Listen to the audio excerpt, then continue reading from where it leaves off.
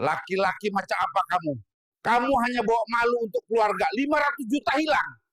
Kamu ini suami atau beban hidup? Kamu bilang mau bahagiain anak kami, nyatanya kamu bikin dia nangis tiap malam. Kalau nggak mampu jadi kepala rumah tangga, jangan ajak anak orang menderita. Pernah ditipu sahabat sendiri sampai habis-habisan. Uang 500 juta lenyap. Hutang menumpuk. Istri menangis. Anak ketakutan. Dan aku hampir mengakhiri hidupku. Tapi hari ini, aku bukan lagi korban. Hari ini, aku berdiri sebagai pemilik bisnis besar. Punya puluhan karyawan. Dan orang yang pernah menipuku datang padaku minta kerja. Ini kisah tentang jatuh sehancur-hancurnya dan bangkit sedahsyat-dahsyatnya. Kalau kamu pernah merasa gagal, nyaris menyerah, atau dihancurkan orang yang kamu percaya, jangan kemana-mana. Karena kisah ini bisa jadi penguatmu. Sebelum lanjut, tekan tombol subscribe sekarang juga.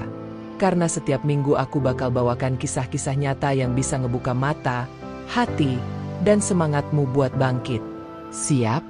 Kita mulai dari titik terendah. Namaku Ardi.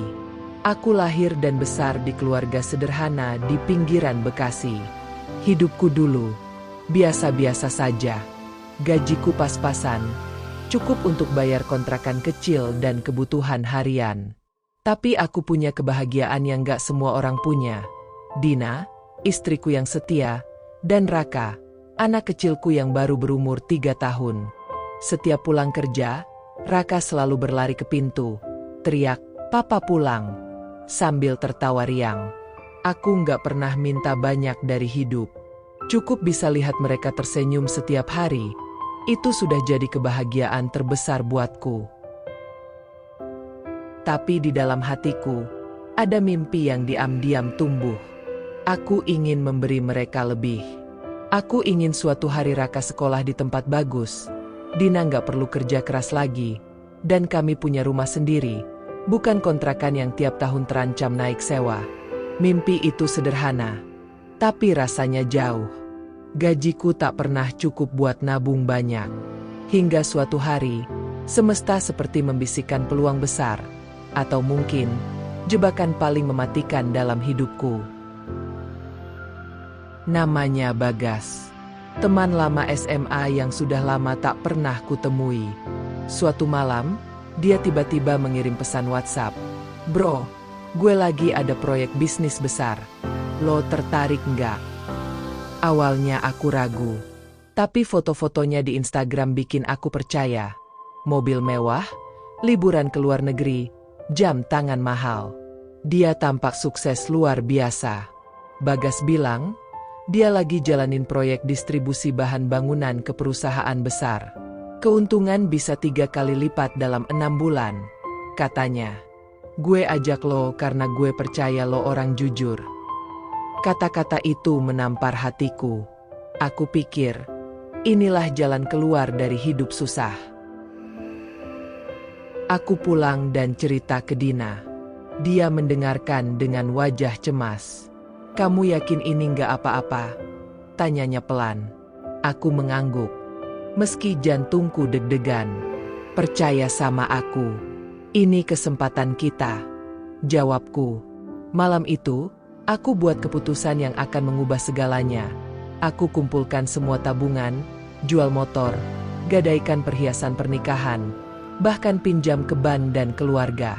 Totalnya, 500 juta rupiah. Uang itu, kuserahkan sepenuhnya ke Bagas, dengan keyakinan bahwa masa depan keluargaku akan berubah. Awalnya, semua terlihat baik-baik saja. Bagas kirim laporan rutin, bilang proyeknya jalan lancar. Aku mulai bermimpi, mungkin sebentar lagi aku bisa lunasi hutang, beli rumah, bahkan buka usaha sendiri.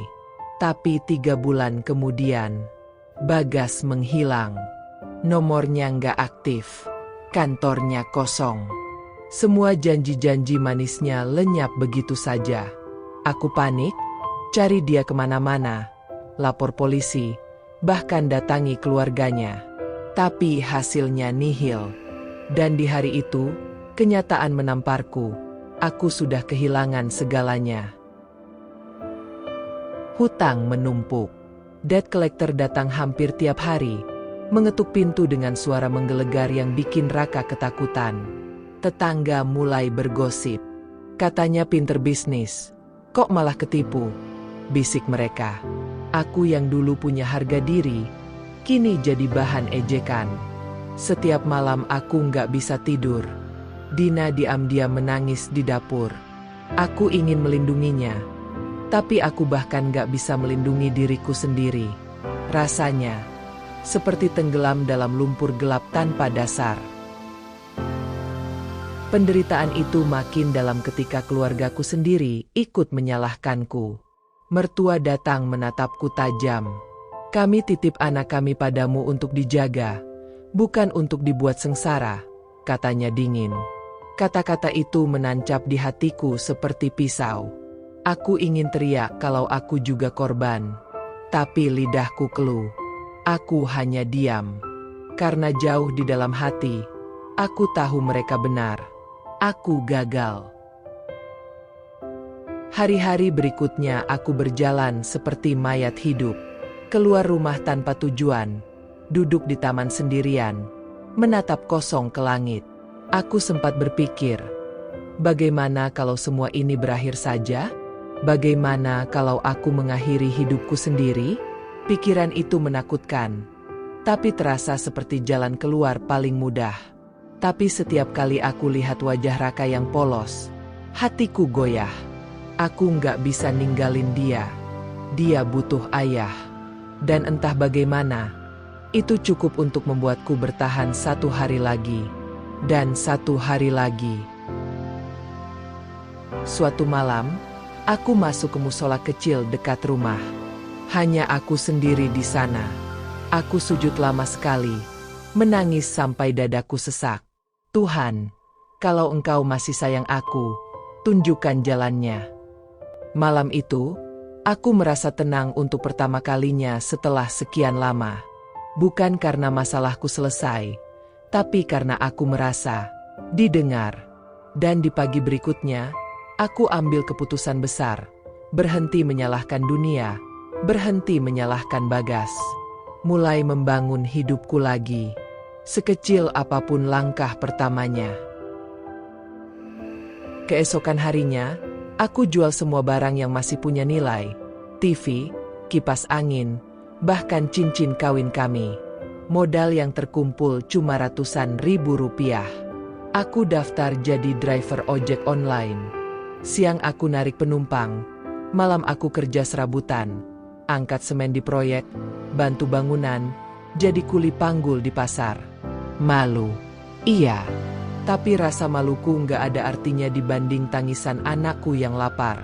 Aku sadar, satu-satunya cara keluar dari lubang ini adalah menggali ke atas. Hari-hari itu keras. Badanku penuh keringat dan debu. Tapi setiap kali pulang, Raka lari memelukku sambil teriak, "Papa pulang."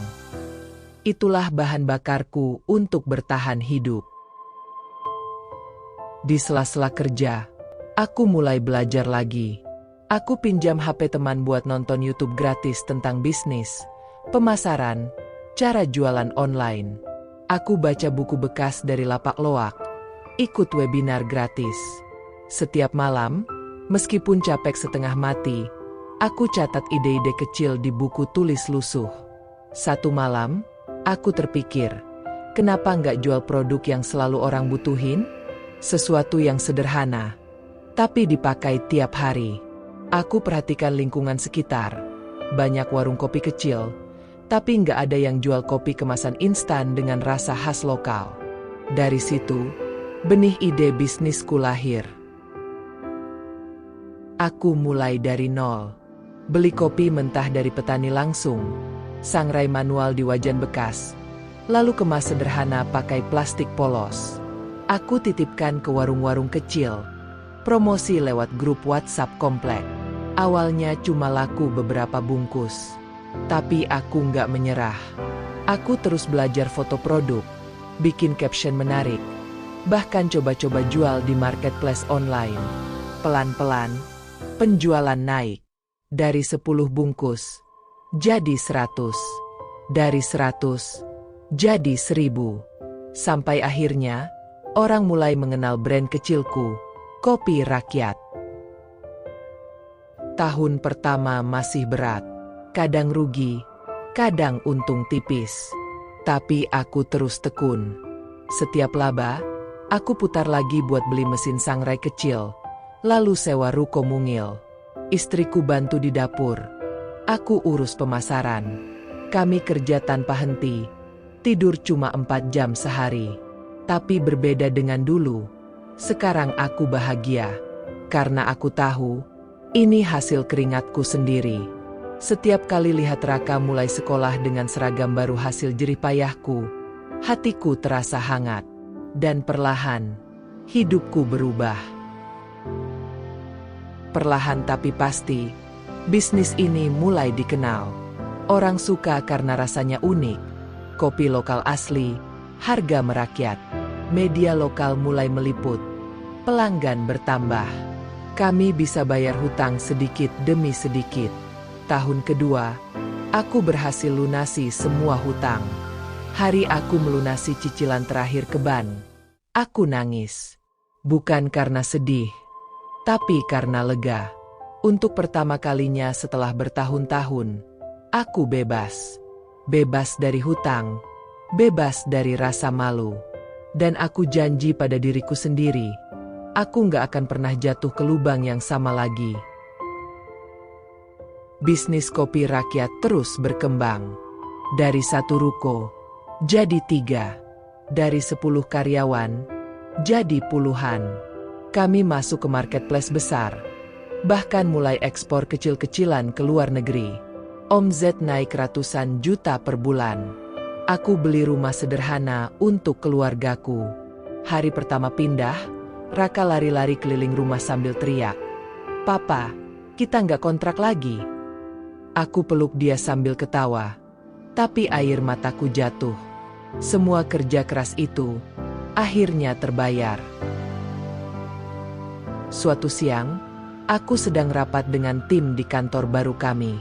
Gedung 3 lantai, kaca besar, ber-AC dingin. Tiba-tiba pintu diketuk. Aku lihat manajerku masuk. Wajahnya bingung. "Pak, ada tamu cari Bapak," katanya. Aku berdiri, keluar ruangan. Dan di depan pintu, aku lihat wajah yang tak pernah kupikir akan kulihat lagi. Wajah Bagas. Orang yang menipuku 500 juta 5 tahun lalu. Bagas berdiri dengan pakaian lusuh. Wajahnya jauh dari foto-foto glamor yang dulu dia pamerkan. Matanya cekung, tubuhnya kurus. Dia menatapku lama, lalu tersenyum pahit. "Ardi, lama nggak ketemu." Suaranya serak. Jantungku berdegup kencang. Semua kenangan pahit itu kembali. Hutang, hinaan, tangisan istriku. Tapi anehnya, aku nggak marah. Aku cuma diam, menunggu dia bicara. "Aku minta maaf," katanya akhirnya. "Waktu itu aku salah. Aku ketipu orang lain juga. Hidupku hancur. Sekarang aku nggak punya apa-apa. Aku dengar bisnis kamu sukses. Aku butuh kerja. Tolong, kasih aku kesempatan." Dia menunduk, hampir menangis. Di dalam hati, aku merasa aneh. Dulu aku membayangkan momen ini ratusan kali. Membayangkan aku akan balas dendam, akan marah, akan melampiaskan semua sakit hati. Tapi kenyataannya, aku cuma merasa tenang. Aku menatap matanya lama, lalu aku tersenyum tipis. "Aku maafin kamu, Gas," kataku pelan. Wajahnya terkejut. "Tapi soal kerja," aku menghela napas. "Perusahaan ini cuma untuk orang-orang jujur. Maaf." Dia menatapku kosong, lalu perlahan pergi dengan langkah gontai. Saat itu aku sadar, aku sudah menang. Bukan karena aku lebih kaya, tapi karena aku tak lagi membiarkan dendam mengikatku. Setelah kejadian itu, aku duduk lama di ruanganku. Aku melihat foto keluargaku di meja kerja. Dina tersenyum. Raka sudah besar sekarang. Aku teringat semua perjalanan panjang. Dari titik terendah, tidur di lantai kontrakan, dihina tetangga, hingga sekarang, punya bisnis sendiri, puluhan karyawan, omzet miliaran. Semua rasa sakit itu, kini jadi bahan bakar yang membawaku ke sini. Kadang aku masih nggak percaya. Dulu aku hampir mengakhiri hidupku. Kalau malam itu aku menyerah, aku nggak akan pernah tahu rasanya bangkit. Aku nggak akan pernah lihat senyum anakku yang sekarang sekolah di SD favorit. Aku nggak akan pernah tahu rasanya punya rumah sendiri. Dan aku nggak akan pernah tahu rasanya membalikkan dunia dengan tanganku sendiri. Hidupku sekarang jauh dari sempurna. Tantangan tetap ada.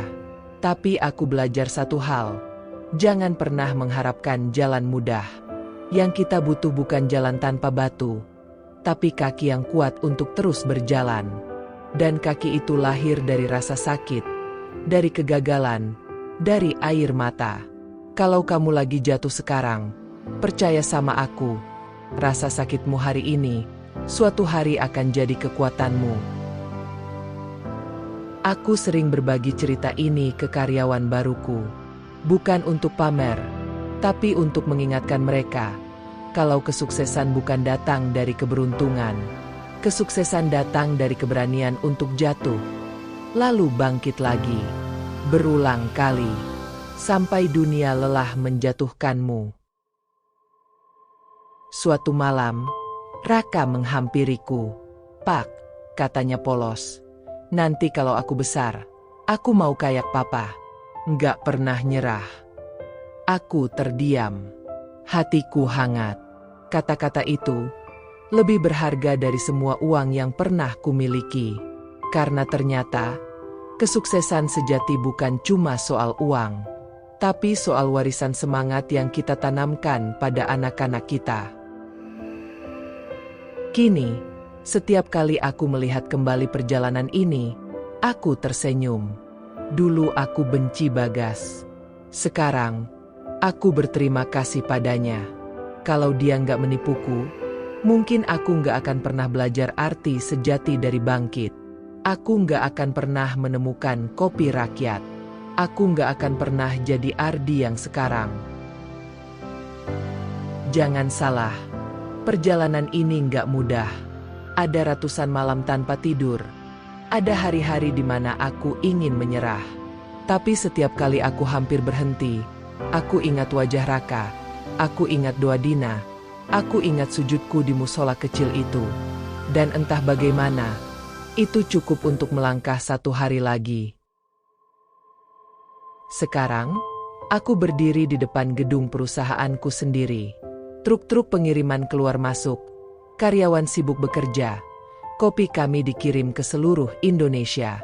Kadang aku berdiri diam, menarik napas panjang, dan berkata dalam hati, aku berhasil.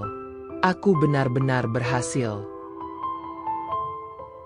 Kisah ini bukan tentang uang, bukan tentang kopi, tapi tentang keyakinan. Tentang memilih bangkit meski dunia berkata kita kalah. Tentang memilih percaya, bahkan ketika semua tampak mustahil. Dan tentang membuktikan, kalau kadang, keajaiban lahir dari tempat paling gelap dalam hidup kita. Jadi kalau kamu sedang di titik terendah hidupmu sekarang, dengar ini baik-baik. Jangan menyerah. Jangan biarkan dunia menguburmu hidup-hidup. Bangkit, pelan-pelan, sedikit demi sedikit. Karena suatu hari nanti, kamu akan berdiri di titik yang bahkan gak pernah kamu bayangkan. Dan saat itu tiba, kamu akan sadar, semua sakit, semua air mata, semua pengkhianatan, layak kamu lalui. Karena di ujungnya, Kamu akan jadi versi terbaik dari dirimu sendiri.